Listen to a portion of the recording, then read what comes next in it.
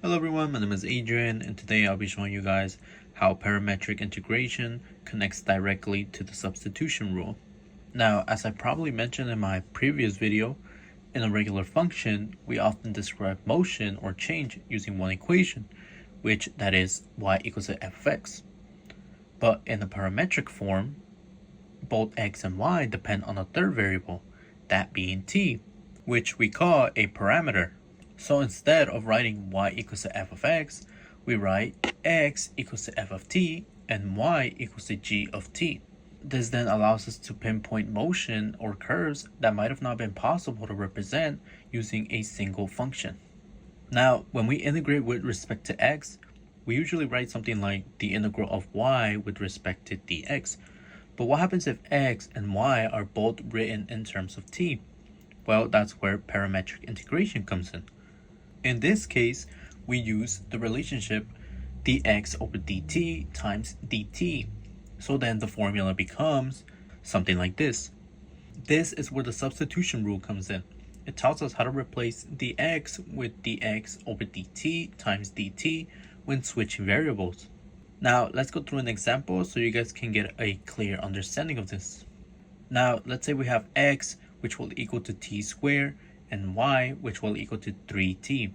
We want to find the area under this curve from 0 to 2. So we start with the integral of y with respect to x. We first need to find dx over dt, which we do by finding the derivative of x. In this case, the derivative of x is 2t. Now we substitute both y and dx over dt into the integral. Next, we want to multiply the terms together. And when we do so, we get the integral of 6t squared times dt. Now, as you guys might already be able to tell, we need to integrate 6t squared. And we can do so by using the power rule.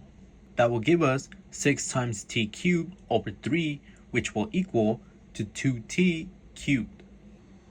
Now we simply just plug in our limits from 0 to 2.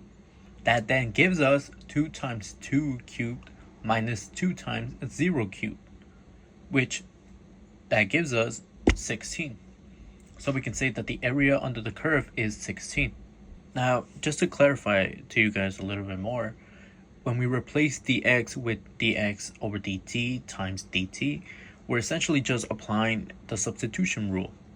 In substitution, we typically use something like u equals to g of x, then du equaling to g prime of x dx.